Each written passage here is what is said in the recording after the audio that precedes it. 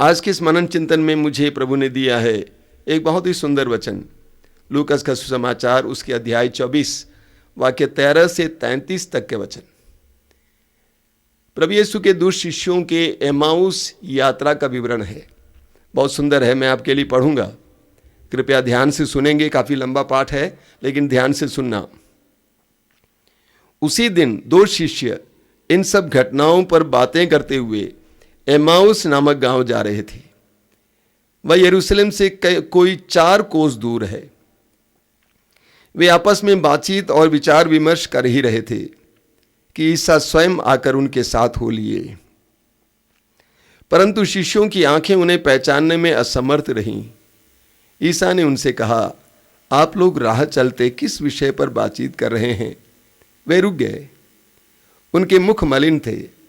उनमें एक क्लोफस ने उत्तर दिया, यरूशलेम में रहने वाले आप ही एक ऐसे हैं जो यह नहीं जानते कि वहां इन दिनों क्या क्या हुआ है। ईसा ने उनसे कहा, क्या हुआ है? उन्होंने उत्तर दिया, बात ईसा नाजरी की है। वे ईश्वर और समस्त जनता की दृष्टि में कर्म और वचन के शक्तिशाली नबी थे। हमारे महायाजकों और शासकों ने उन्हें प्राण दंड दिलाया और क्रूस पर चढ़ाया। हम तो आशा करते थे कि वही इस्राएल का उद्धार करने वाले थे। ये आज से 3 दिन पहले की बात है। यह सच है कि हम में से कुछ स्त्रियों ने हमें बड़े अचंभे में डाल दिया है। वे बड़े सवेरे कब्र के पास गईं और उन्हें ईसा का शव नहीं मिला। उन्होंने लौटकर कहा कि उन्हें स्वर्गदूत दिखाई दिए जिन्होंने ये बताया कि ईसा जीवित हैं। इस पर हमारे कुछ साथी कब्र के पास गए और उन्होंने सब कुछ वैसा ही पाया जैसे स्त्रियों ने कहा था, परंतु उन्होंने ईसा को नहीं देखा। तब ईसा ने उनसे कहा, निर्बुद्धियों, नबियों ने जो कुछ कहा है तुम उस पर विश्वास करने में कितने मंदवती हो। क्या ये आवश्यक नहीं था कि मसीह वो सब सहें और इस प्रकार अपनी महिमा में प्रवेश करें? तब ईसा ने मूसा से लेकर अन्य सब नबियों का हवाला देते हुए अपने विषय में जो कुछ धर्म ग्रंथ में लिखा है वह उन्हें समझाया। इतने में वे उस गांव के पास पहुंच गए जहां वे जा रहे थे। लग रहा था जैसे ईसा आगे बढ़ना चाहते हैं। शिष्यों ने यह कहकर उनसे आग्रह किया, हमारे साथ रह जाइए, सांझ हो रही है और अब दिन ढल चुका है। और वह उनके साथ रहने भीतर गए। ईसा ने उनके साथ भोजन पर बैठकर रोटी ली, आशीष की प्रार्थना पढ़ी और उसे तोड़कर उन्हें दिया। इस पर शिष्यों की आंखें खुल गईं और उन्होंने ईसा को पहचान लिया, किंतु ईसा उनकी दृष्टि से ओझल हो गए। तब शिष्यों ने एक दूसरे से कहा, हमारे हृदय कितने उद्दीप्त हो रहे थे जब वे रास्ते में हमसे बातें कर रहे थे और हमारे लिए धर्म ग्रंथ की व्याख्या कर रहे थे। वे उसी घड़ी उठकर यरूशलेम लौट गए। वहां उन्होंने 11 और उनके साथियों को एकत्र पाया जो यह कह रहे थे कि सचमुच प्रभु जी उठे हैं और सीमोन को दिखाई दिए हैं। तब उन्होंने भी बताया कि रास्ते में क्या क्या हुआ और उन्होंने ईसा को रोटी तोड़ते समय कैसे पहचान लिया। यह प्रभु का दिव्य सुसमाचार है। क्रिस्त प्रभु की जय। मेरे प्रिय मित्रों, मैंने इस वचन को प्रभु की विशेष प्रेरणा से लिया, एमाउस की यात्रा, क्योंकि एक विश्वासी का जीवन भी एक यात्रा है। इसीलिए हम इस एमाउस की यात्रा पर मनन चिंतन करेंगे। सबसे पहले वचन में लिखा हुआ है कि वे यरूशलेम से एमाउस जा रहे थे। यरूशलेम छोड़कर एमाउस जा रहे थे। प्रभु यीशु के 2 शिष्य यरूशलेम छोड़कर एमाउस जा रहे थे। आपको जानना जरूरी है कि यरूशलेम क्या था। देखिए, आज भी और उस समय भी यहूदियों का एक ही राष्ट्र था और वो राष्ट्र था और है इस्राएल। और इस्राएल की राजधानी यरूशलेम थी और यरूशलेम पहाड़ पर बसा हुआ नगर था, चारों ओर से किलाओं से सुरक्षित था। इस्राएलियों के लिए यरूशलेम न केवल अपनी राजधानी थी बल्कि यरूशलेम में उनका एकमात्र मंदिर था। यहूदियों का एकमात्र मंदिर यरूशलेम में था और हर यहूदी प्रथा के अनुसार त्योहारों को मनाने के लिए यरूशलेम मंदिर जाया करता था। बड़े उत्साह के साथ जाया करता था। वचन में लिखा हुआ स्तोत्रकार कहता है, जब मुझे सुनने को मिला कि चलो हम यरूशलेम, तो बड़े आनंदित हो गया मैं। यहूदी लोग बड़े आनंद के साथ मंदिर में चले जाते थे, आनंद मनाते हुए, रास्ते में गीत गाते हुए। तो यरूशलेम उनके लिए अनुग्रह और आशा का केंद्र था। जब भी उनके जीवन में परेशानियां होती थी, वे यरूशलेम की ओर मुड़कर ईश्वर से प्रार्थना करते थे। आप पढ़ेंगे दानियल का ग्रंथ अध्याय 6 उसके वाक्य 11 में, दानियल परदेश में था, बाबुल में गुलाम था, लेकिन वहां पर दानियल, वचन में लिखा हुआ है, रोज जिस कमरे में रहता था उस कमरे की खिड़की को खोलकर उस दिशा की ओर, जिस दिशा में यरूशलेम था उस दिशा की ओर देखकर ईश्वर की आराधना किया करता था। तो यहूदियों के लिए यरूशलेम आशा का केंद्र था, अनुग्रह का केंद्र था, आस्था का केंद्र था।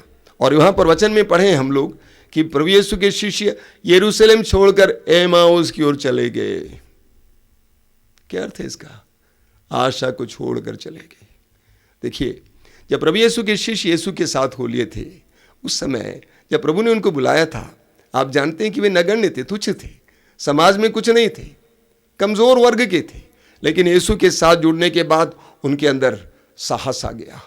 उन्होंने यीशु के चमत्कारों को देखा। यीशु ने अर्धांगों को चंगा किया, यीशु ने कोढ़ियों को चंगा किया, यीशु ने अंधों को आंखें दी, यीशु ने मृतकों को जिलाया। उन्होंने ये सारे चमत्कार देखा, अपनी आंखों से देखे। उन्होंने प्रभु यीशु के वचनों को सुना, ईश्वर के बारे में, ईश्वर के राज्य के बारे में, स्वर्ग राज के बारे में प्रभु के वचनों को सुना। वे यीशु के साथ रहे, बड़े उत्साहित थे, और उनके जीवन में भी बहुत सारे सपने आए थे। उन्होंने सोचा कि यीशु का राज्य आएगा और हम उनके राज्य में उनके साथ राज करेंगे। तो इस्राएल में रहते समय, यीशु के साथ रहते समय उनके जीवन में बहुत सारे सपने थे। लेकिन लोगों ने यीशु को पकड़ लिया, कैदी बना लिया, क्रूस पर लटका दिया, मार डाला, कब्र में रखा, सब कुछ समाप्त हो गया। उनके सपने भी चूर हो गए। आप पढ़ेंगे कि उनका सुसमाचार अध्याय 21 में पढ़ेंगे, प्रभु यीशु के शिष्यों का मुख्य था पेतरुस। पेतरुस ने आवाज दी, मैं मछली पकड़ने जा रहा हूं। अन्य शिष्यों ने भी कहा, हम भी चल रहे हैं। सारी आशा टूट गई, सब कुछ समाप्त हो गया।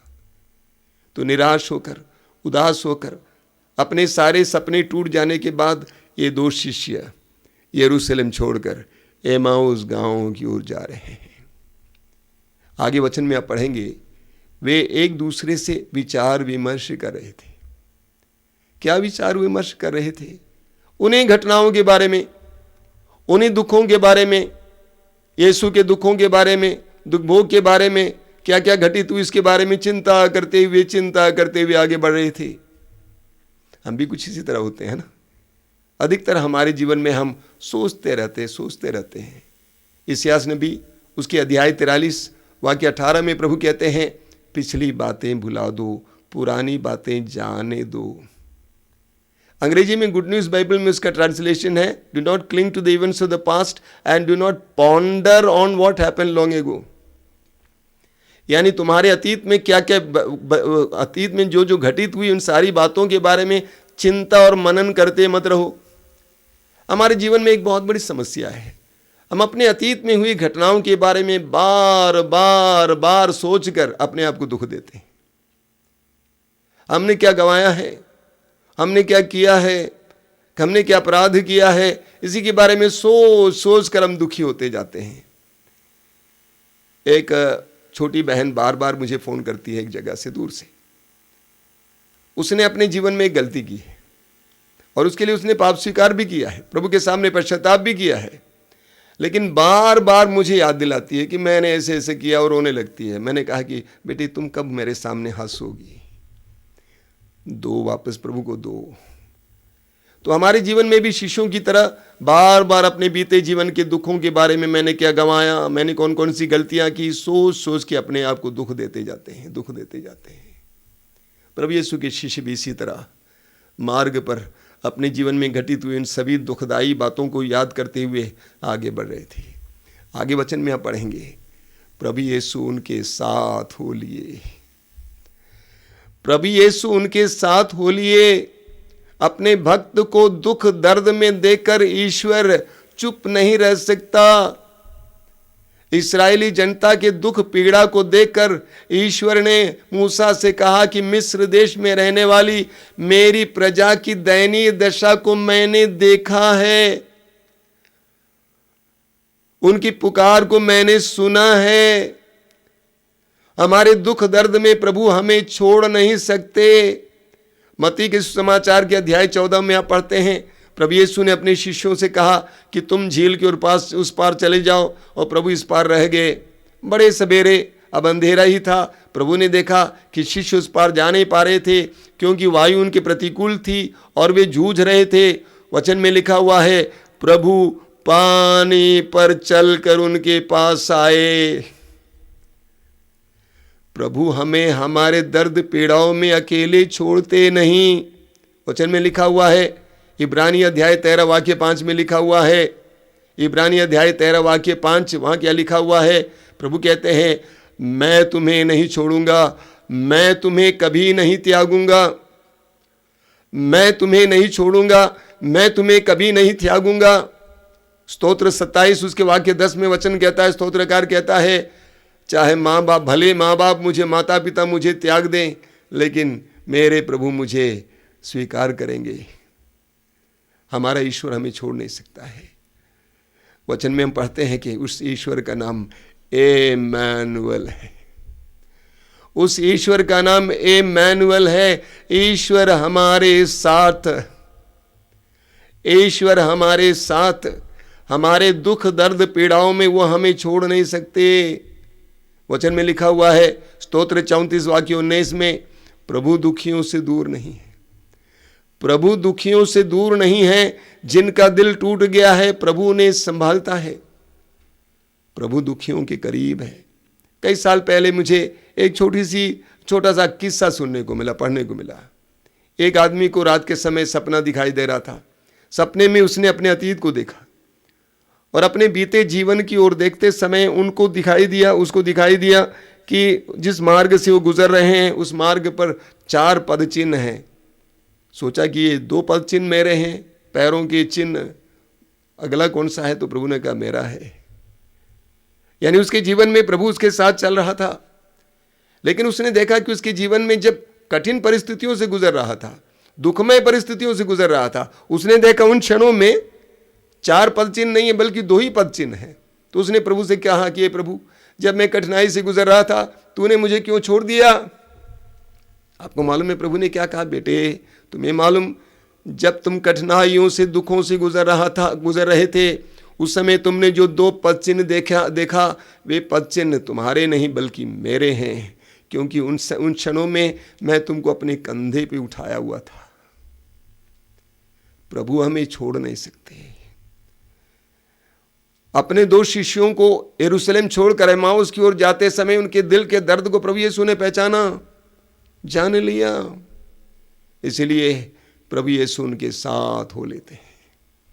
आगे हम पढ़ेंगे, प्रभु यीशु ने उनसे पूछा, किस बात पर चर्चा कर रहे हो? प्रभु यीशु ने टोक दिया। वचन में लिखा हुआ है, बहुत सुंदर है, वे रुक गए। क्या के लिए रुक गए? यीशु को सुनने के लिए, यीशु को सुनाने के लिए रुक गए। आप पढ़ेंगे इस्यास नबी अध्याय 30 उसके वाक्य 21 में आप पढ़ेंगे। इस्यास अध्याय 30 वाक्य 21 में लिखा हुआ है, जब तुम सन्मार्ग से भटक जाओगे, दाएं बाएं भटक जाओगे, तो तुम्हें तुम्हारे पीछे से एक वाणी ये कहती हुई सुनाई देगी कि यही सन्मार्ग है, इस पर चलते रहो। प्रभु कहते हैं जब तुम भटक जाओगे तुम्हारे लिए एक आवाज सुनाई देगी। यीशु के शिष्य यीशु को सुनकर रुक गए। यीशु ने टोक दिया, वे रुक गए। लेकिन इस दुनिया में बहुत सारे लोग दुखी हैं, लेकिन क्या सभी लोग यीशु को सुनने के लिए रुकने को तैयार हैं? नहीं है। नजरअंदाज करते हैं, सोचते हैं क्या कर सकता है, कुछ नहीं कर सकता, भगवान कुछ नहीं कर सकते। बार बार टोका जाता है। पत्नी बोलती है, एक बार क्यों नहीं आश्रम जाते, एक साधना में क्यों भाग नहीं लेते, एक बार क्यों नहीं वचन सुनते, 1 घंटा क्यों नहीं प्रार्थना में बैठते?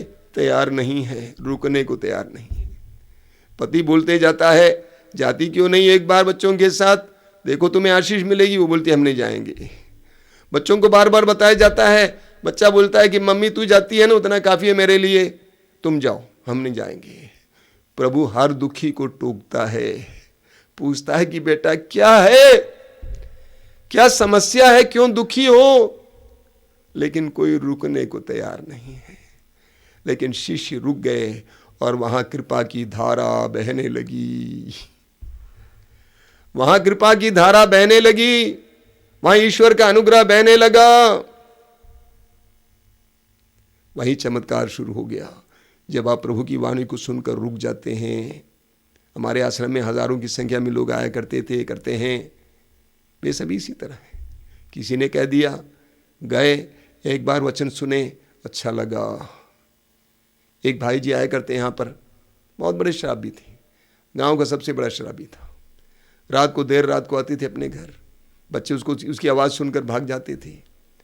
लेकिन उसकी पत्नी बराबर यहाँ पे रविवार को सत्संग के लिए आती थी। एक बार उस भाई के अंदर इच्छा हुई ये देखने के लिए कि मेरी पत्नी कहाँ जा रही है रविवार को। अपने साइकिल पकड़ लिया, चले आया। कई वर्ष पहले की बात है, ज़्यादा बड़ी भीड़ नहीं थी, 400-500 लोगों की भीड़ थी। वो आए, साइड में खड़े रहे, देखा कि पत्नी सामने बैठी है और उस समय वचन सुनाया जा रहा था, एक गीत गाया जा रहा था। और उस गीत को सुनते ही उस भाई के आंखों से आंसू बहने लगे। उन्होंने मुझसे कहा, स्वामी जी इतने साल बीत गए, एक बूंद दारू मेरे मुंह में नहीं गया। यीशु को काम करने के लिए उसने एक मौका दिया। शिष्य रुक गए। वहां से यीशु अपना कार्य शुरू करते हैं। यीशु ने पूछा, तुम्हारे दुख का क्या कारण है?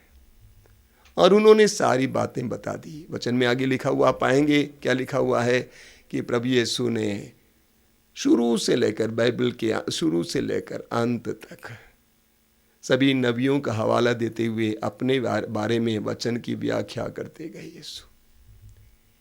यीशु वचन की व्याख्या करते गए, जिसके बारे में आप पढ़ेंगे उसी अध्याय के, लूकास अध्याय 24 वाक्य 32 में पढ़ेंगे। शिष्य बोलते हैं बाद में, क्या बोलते हैं, जब प्रभु हमसे बातें कर रहे थे और धर्म ग्रंथ की व्याख्या कर रहे थे तो हमारे हृदय कितने उद्दीप्त हो रहे थे, हमारे हृदय कितने उद्दीप्त हो रहे थे।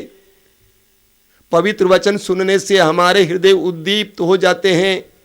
कई जगहों पर कई लोगों से मुझे सुनने को मिला है कि स्वामी जी आप वचन सुना रहे थे, उस समय मेरे अंदर लग रहा था कि कोई आग जल रही है। सच है, उद्दीप्त हो रहे थे।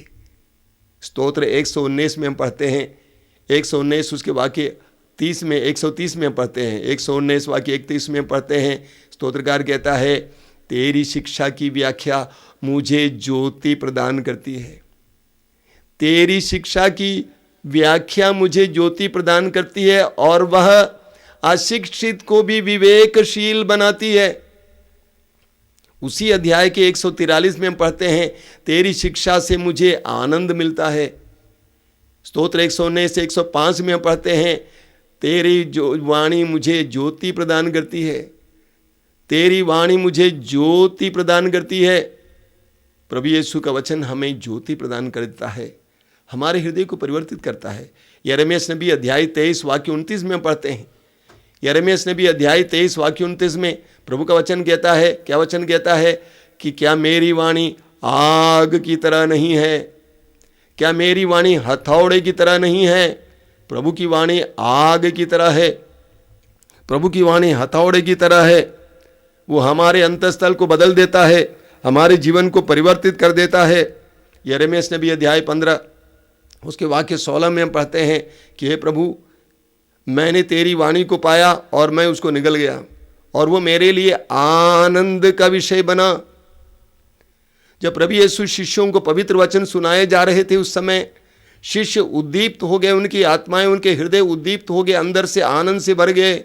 जब आप पवित्र वचनों को सुनते हैं तो आपके अंदर भी यही होता है। सुनिए, प्रभु यीशु ने चिंता और दुख का कारण पा लिया, सुन लिया, तो प्रभु ने क्या किया? प्रभु ने पवित्र वचन धर्म ग्रंथ की व्याख्या की। आपकी समस्याओं का समाधान प्रभु के पवित्र वचन में है, आपके सवालों का जवाब प्रभु के पवित्र वचन में है। इसीलिए हमें पवित्र वचन सुनने के लिए जाने की आवश्यकता है।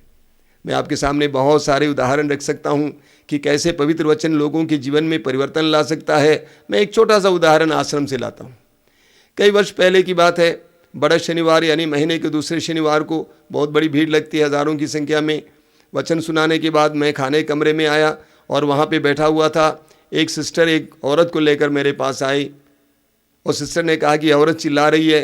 क्या चिल्ला रही है? मुझे नौकरी दे दो, मुझे नौकरी दे दो। मैंने देखा कि उसके बाल छितराए हुए हैं और लग रहा था कि अच्छे परिवार की है। तो मैंने उसको देखा, दृढ़ दृष्टि से देखा और कहा कि देखो, मैं नौकरी दिला दूंगा, लेकिन तुम कहाँ यहाँ पे 3 दिन रहोगी? उसने कहा मैं रहूँगी, लेकिन नौकरी मिलेगी? मैंने कहा ज़रूर मिलेगी। मैंने सिस्टर से कहा कि उसको सुरक्षित रखिए यहाँ पे। मुझे लग रहा था कि वो घर से भाग गई है, यहाँ पे सुरक्षा देंगे। वो रह गई। एक दिन के बाद, एक दिन प्रार्थना में बैठने के बाद उसकी आत्मा खुल गई, वो रोने लगी। उसने सिस्टर से कहा, बहन जी देखिए, मेरे 2 बच्चे हैं, मैं धनी परिवार की हूँ, पहली बार घर से बाहर निकली हूँ, मुझे घर पहुँचवा दीजिए। तो सिस्टर ने मुझसे कहा, मैंने कहा उसको नहीं भिजवाएं, अभी नहीं भेजेंगे। अगले दिन उसका पति उसको ढूंढते हुए आए, उसकी खोज में वो आए आश्रम में, और उसने देखा कि दर्शन भवन में बैठी हुई है। पहली बार ये दंपति आश्रम में आए हैं, पहली बार एक क्रिश्चियन कैंपस में आए हैं। दर्शन भवन से उस अपनी पत्नी को बाहर बुलवाया। उसके बाद वे लड़ने लगे, आपस में लड़ने लगे। सिस्टर ने मुझसे बात कही, मैंने कहा उनको रोक रखना, जाने मत देना। शाम को 4 बजे मैंने उन दोनों को अपने कमरे में बुलवाया। मेरे कमरे में भी लड़ाई जारी रही, हम तीनों बैठे हुए थे। अंत में मैंने उनसे कहा, सुनो अब तो लड़ाई बंद करो। मैंने कहा तुम लड़ाई बंद करो, अब मैं तुमको पवित्र वचन सुनाने जा रहा हूँ, ईश्वर का वचन सुनाने जा रहा हूँ। दोनों जन हाथ खुला रखो, आंखें बंद रखो। मेरी बात को मान लिए। मैंने इफिसियों के पत्र के अध्याय 5 वाक्य 21 से लेकर पति पत्नी के रिश्ते के बारे में संत पौलुस के उस पाठ को सुनाया। आप विश्वास करेंगे, जो मैं पाठ पढ़ते जा रहा था, मैंने देखा दोनों की आंखों से लगातार आंसू बह रहे थे। पाठ बंद हुआ, हम लोग शांत हो गए, मौन हो गए। तब मैंने उनसे कहा, खोलो। मैंने कहा मुझे नहीं मालूम तुम लोगों की शादी किसने कब की कराई, दोनों अपने हाथ मुझे दे दो। मैंने उनके हाथ लिया, उन पर आशीष की प्रार्थना पढ़ी, कहा कि बेटे घर जाओ, अच्छा सा जीवन जियो। दोनों चले गए।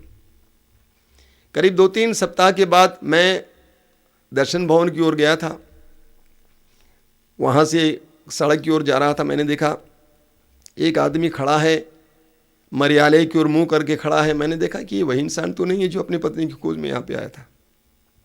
मैंने पास जाकर कहा, आप वही इंसान तो नहीं है जो अपनी पत्नी की खोज में यहाँ पे आए थे? कहा कि हाँ मैं ही हूँ। तो मैंने पूछा क्या हो गया अब?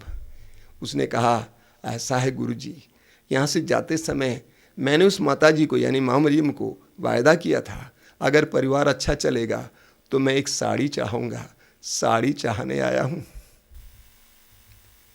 पवित्र वचन को सुनने से उनकी जिंदगी में क्या परिवर्तन आया, कितने कितने उदाहरण मैं आपको दे सकता हूँ। मुंबई में कार्यक्रम में गया हुआ था, पुरोहितों के लिए कार्यक्रम चल रहा था साधना केंद्र में, और बहुत सारे हमने अपने प्रवचनों के वीडियो सीडीज भी ले गया था, उसको ऑफिस में दिया था। एक लड़की वहाँ थी, वो बेच रही थी। एक दिन उस लड़की ने मुझसे कहा कि एक आदमी आपसे मिलने के लिए आए थे। मैंने पूछा क्या बात है? वो यहाँ से एक सीढ़ी आपके ले गए थे, उसको देखने के बाद उनके जीवन में परिवर्तन आया। उस सीढ़ी में आपने मेल मिलाप के बारे में बताया है, और वो ये बताने के लिए आए थे कि स्वामी जी को बताना 19 साल से मेरी बहन के साथ मेरा रिश्ता टूटा पड़ा था, आज मैं उसको दुरुस्त करने जा रहा हूं। पवित्र वचन में आपकी समस्याओं का समाधान है, आपके सवालों का जवाब है। आगे हम पढ़ेंगे। प्रभु यीशु शिष्यों के साथ आगे बढ़ते हैं। एमाउस पहुंच गए, उस घर के करीब आ गए जहां पे उनको जाना था। वचन में लिखा हुआ है, लग रहा था कि यीशु आगे बढ़ रहे हैं, यानी यीशु ने अभिनय किया मानो वे आगे बढ़ रहे हैं। शिष्यों ने कहा, गुरुवर हमारे साथ रह जाइए, अब तो दिन ढल चुका है, अंधेरा हो गया है, खतरनाक रास्ता है। और यीशु उनके साथ लेते हैं। भोजन पका, पकने के बाद यीशु ने रोटी उठा ली, आशीष की प्रार्थना पढ़ी। 3-4 दिन पहले अंतिम ब्यालू में प्रभु यीशु ने रोटी उठा ली, तोड़कर आशीष की प्रार्थना पढ़कर उनको दिया। उसी तरह उन्होंने रोटी उठाकर आशीष की प्रार्थना पढ़ा, उसके बाद उसको तोड़कर शिष्यों को दिया। शिष्यों ने पहचान लिया, शिष्यों ने खाया रोटी और शिष्यों ने उनको पहचान लिया, यीशु गायब हो गए। अब क्या होता है, शिष्य आनंद विभोर हो जाते हैं, सामर्थ्य से भर जाते हैं। वे शिष्य जिन्होंने प्रभु यीशु को सलाह दी कि आगे मत बढ़िए, अंधेरा है, खतरनाक रास्ता है, वे शिष्य 12 किलोमीटर उसी रात को उठकर 12 किलोमीटर पैदल चलकर यरूशलेम की ओर जब यरूशलेम पहुंच जाते हैं, हिम्मत और सामर्थ्य से भर जाते हैं और वे वहां जाकर साक्ष्य देते हैं कि हमने पुनर्जीवित यीशु को देखा। प्रभु यीशु उस मार्ग में उनके साथ क्या के लिए हो लिए थे? उनको टाइम पास कराने के लिए नहीं, उनको सलाह देने नहीं, उनको सिर्फ दिलासा देने नहीं, बल्कि इसके लिए लग गए थे। क्या के लिए? उनके अंदर जो दर्द पीड़ा है उसको मिटाकर, पवित्र वचन का मर्म समझाकर, पवित्र वचन के द्वारा की व्याख्या के द्वारा उनके अंदर सामर्थ्य भरकर, अपने शरीर के द्वारा सामर्थ्य भरकर, पवित्र आत्मा के धैर्य के साथ उनको सुसमाचार सुनाने के लिए भेजना, ये प्रभु यीशु का काम था और वो पूरा हो गया। तालियां बजाइए और जोर से बजाइए, हालेलुया, बोलिए हालेलुया, हालेलुया, हालेलुया। मेरे प्रिय भाई और बहनों, कई वर्षों से आप प्रभु के साथ जुड़े हुए हैं, लेकिन मैं कहूंगा यीशु आपके साथ हो लिए हैं। हो सकता है किसी के साथ 1 साल से, किसी के साथ 5 साल से, किसी के 10 साल से, किसी के साथ बचपन से यीशु आपके साथ हो लिए हैं। ये नहीं कि आप यीशु के पास आए हैं, ना ना ना ना। प्रभु ने कहा यूहन्ना अध्याय 15 वाक्य 16 में, तुमने मुझे नहीं चुना बल्कि मैंने तुम्हें चुना है। मालूम यीशु आपके साथ क्यों हो लिए? 5 साल पहले, 10 साल पहले आपके साथ यीशु क्यों हो लिए? आपके परिवार के साथ क्यों हो लिए? आपको सिर्फ चंगाई देने नहीं, आपको नौकरी दिलाने नहीं, आपको बच्चा दिलाने नहीं, आपको पैसा दिलाने नहीं। यीशु का एक मकसद था, और वो मकसद क्या है? जिस तरह अपने शिष्यों के अंदर जो डर था, भय था, दर्द थी, पीड़ा थी, उसको मिटाकर उनको पवित्र आत्मा के सामर्थ्य से भरकर सुसमाचार के साक्षी बनाना। यीशु आपके साथ भी इसीलिए हो लिए हैं। आप यीशु के साथ नहीं हुए हैं, यीशु आपके साथ हो लिए हैं ताकि आपके अंदर के दर्द पीड़ाओं को मिटाकर आपको पवित्र वचन के द्वारा उनके मर्म समझाते हुए सामर्थ्य से भरकर पवित्र आत्मा के सामर्थ्य से आप भर जाएंगे और ईश्वर के राज्य के पुनर्जीवित यीशु के साक्षी बनने के लिए प्रभु यीशु ने आपको चुना है, आपके साथ हो लिए हैं। कई सारे लोग सोचते हैं हर रविवार को मिसा में जाते हैं, शाम को प्रार्थना करते हैं, रोजरी बोलते हैं, वचन पढ़ते हैं, वे बहुत संतुष्ट हैं। लेकिन आज मैं आपसे कहना चाहता हूं, प्रभु आपसे संतुष्ट नहीं है। The lord is not satisfied with you. Yeshu आपके साथ इसलिए नहीं हुए हैं कि आप थोड़ी सी प्रार्थना बोलें, उनकी पूजा करें। यीशु आपके साथ इसलिए हुए हैं ताकि आप पवित्र आत्मा से भरकर पुनर्जीवित यीशु के साक्ष्य बने। इसी के लिए प्रभु यीशु अपने शिष्यों के साथ हो लिए थे मार्ग पर। इसी के लिए प्रभु यीशु आपके साथ भी हो लिए हैं, अर्थात स्वतंत्र हो जाना और दूसरों की स्वतंत्रता के लिए काम करना, शुद्ध हो जाना, दूसरों को पवित्र करने के लिए कोशिश करने के लिए प्रयास करना, वचन से मर्म से वचन के आंतरिक अर्थ से के द्वारा अपने जीवन को परिवर्तित करना और दूसरों के लिए भी उसके लिए कारण बनाना। इसके लिए प्रभु यीशु ने आपको चुना है। एमाउस की यात्रा, शिष्यों की यात्रा एक बहुत बड़े चमत्कारी यात्रा है। हमारे जीवन में भी प्रभु ऐसा कार्य करें।